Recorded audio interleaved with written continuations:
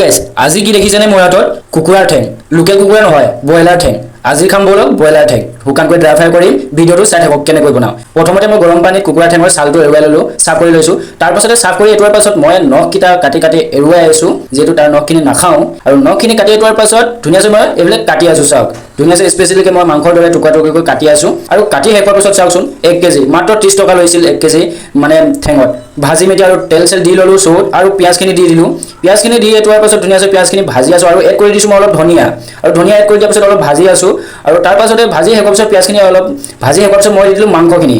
ঠেংখিনি কাটি লৈছিলো যে হেখিনি দি দিলো আৰু এটা তেলত অলপ লৰাই লওঁ তাৰ পাছতে মই এড কৰিছো নিমখটো আৰু নিমখটো এড কৰাৰ পাছত হালধিটো এড কৰি দিলো আৰু হালধি এড কৰি দিয়াৰ পাছত আকৌ মই ৰেড চিলি অকমান দি দিছো মিৰ্চিও ৰঙা খাবলৈ আৰু ধুনিয়াকৈ দেখিছেনে লুকটো কিমান ধুনিয়া লাগিছে পুৰা ভাজি আছো আৰু এতিয়া হৈ গল দেই গাইছ খাব কিন্তু হৈ গল আৰু সুমিয়ে বনাইছিলে বলে দালি আলু বিলাহী কিবা কিবি জোল অকমান বনাইছিলে আৰু মই বলে যে কুকুৰা ঠেং যে এয়া ড্ৰাই ফ্ৰাই কৰি ধুনিয়াকৈ ভাজি হৈ গল ৰব খাই লওঁ তাৰ পিছত আপোনালোকক কৈ আছো কেনেকুৱা হৈ আছে আপোনালোকে এবাৰ ব্ৰইলাৰ ঠেং খাই পাইছেনে মুখ খোৱা দেখি কিন্তু নাহাহিব ৰব বিয়াত মজা হৈছে কিন্তু দেই গাইছ ভবাতকৈ কিন্তু বহুত মজা হৈছে এফালে কিন্তু আমাৰ সুমিয়ে কুকুৰা ঠেং নাখায় এইটো কাৰণে ডিম এটা ফ্ৰাই কৰি লৈছে আৰু মই তথাপিও জোৰ কৰি এপিচ তাইক খুৱাই চাইছো তাই কৈছে যে বিয়া ধুনীয়া হৈছে বোলে আজি মিনি ব্লগটো ইমানে আছিল যদি আপুনি ইউটিউবত চাই আছে ভিডিঅ'টো সাবস্ক্ৰাইব কৰিবলৈ নাপাহৰিব থ্যাংক ইউ